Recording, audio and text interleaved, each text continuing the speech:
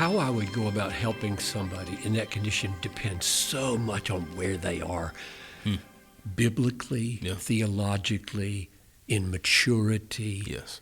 I mean, I'm going to lay on some people some text that would make other people say, that's not helpful at all. Absolutely. And that was my first thought, too. I've had conversations with people where I thought, there's certain things that would not be, wouldn't draw them to Jesus, wouldn't help them to see things more clearly, would only pile on the grief. Yeah.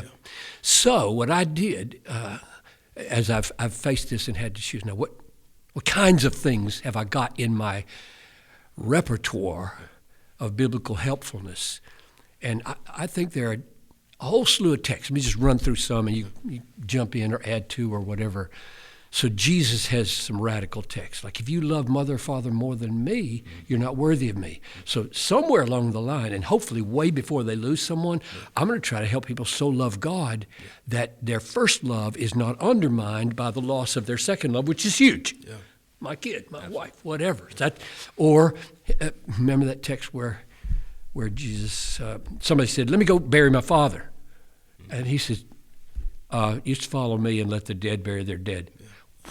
What in the world is that? Well, the least it is a pretty radical prioritization of following Jesus. So those are a couple of texts from Jesus. And then there's John in Revelation where it says, we're going to rejoice at the destruction of Babylon. She's down. All those murders she committed. It's over and payback time. And we're going to rejoice. For chapter 19, verse 18 or something like that. And so, is that loving? I mean, you may say, oh, yeah, that's not my kid, that's not my husband. Yeah, but you're supposed to love everybody. Yeah. So we get the same essential problem of how we are someday going to exult with God in his justice. Yeah. And those humans we were called upon to lay down our lives for in this world. Yeah. Love your enemy and bless those who curse you.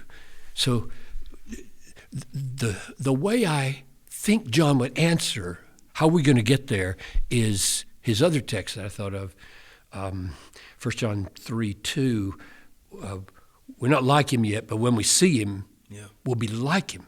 I don't think you or I have emotional capacities right now to deal with all the death in the way we will deal with it in the age to come. That's good. I've got limitations on me now, and those limitations are guided by Scripture, like weep with those who weep. Yes. And so I'm not going to be held hostage in heaven by hell.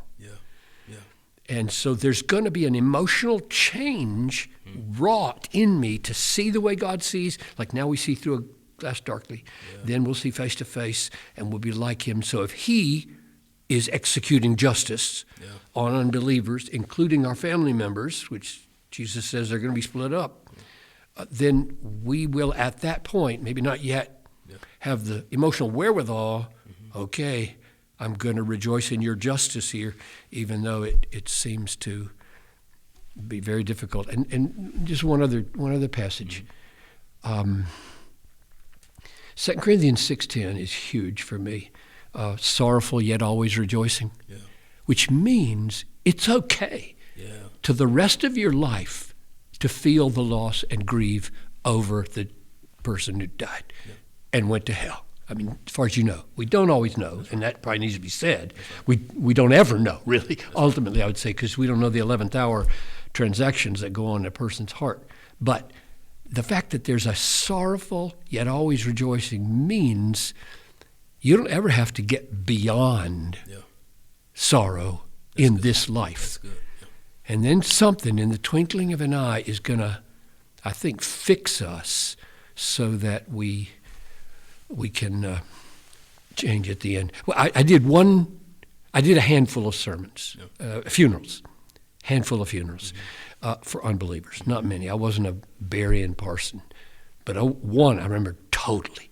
And it was the brother of one of the prominent ladies in our church. He just said flat out, he's never been to church. He hated God, and he's dead, and I know he's in hell. And I want you to preach. We didn't do it in the church. We had it at their nursing home. About 30 people there. It was snowing like crazy outside. And I stood up in front of them, and I said, Elsie has made it really plain. I mean, Odette was her name, friend of Elsie. Odette said, we all know Herman is not a believer. I preached the gospel, and then we got around the coffin because we couldn't go to the snowy graveside. And I said, here's my last word. Genesis 18:25. Will not the judge of all the earth do right? Yeah, that's right. And you don't have to see how it works. Right now, just humble yourself under my hand of God. And have you had an experience where you put somebody in the... Yes. And, I've had a lot of the same instincts as you in terms of thinking about what's most helpful. And similarly, I feel like so much of it has to... I would want to encourage somebody to acquaint themselves with the goodness of God. Yeah. Because when we can understand how good and how just God is, it helps us to be at peace with his wisdom, So sometimes the guilt we'll feel if a loved one passed away and they don't know Jesus is our guilt about maybe I should have shared the gospel with them. Or maybe I should have shared more times. Yeah. Or there was that one time when I saw the ABC and the guilt that sticks with us. Anybody, when someone passes away, there's some guilt. Yeah. But for a believer who knows that someone may not know Jesus, it's just. And so it can turn into a thing where you dwell on how it's your fault. And in times like that, then I want to go to a text like Romans 9, where Paul clearly says it depends not on human will or exertion, but on God who has mercy. Yeah. That at the end of the day, the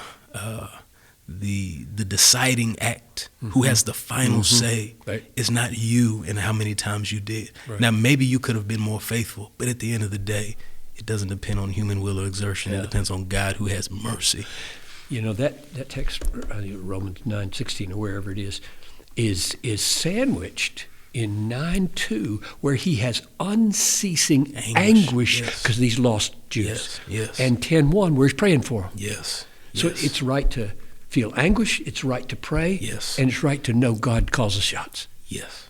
Because, that's just that little constellation in Romans is so helpful. Absolutely. For me. Yeah. And so I would want to encourage them to, because even the kind of dwelling on it in a way that's not helpful for your soul, you also don't want to encourage someone to just sit in that.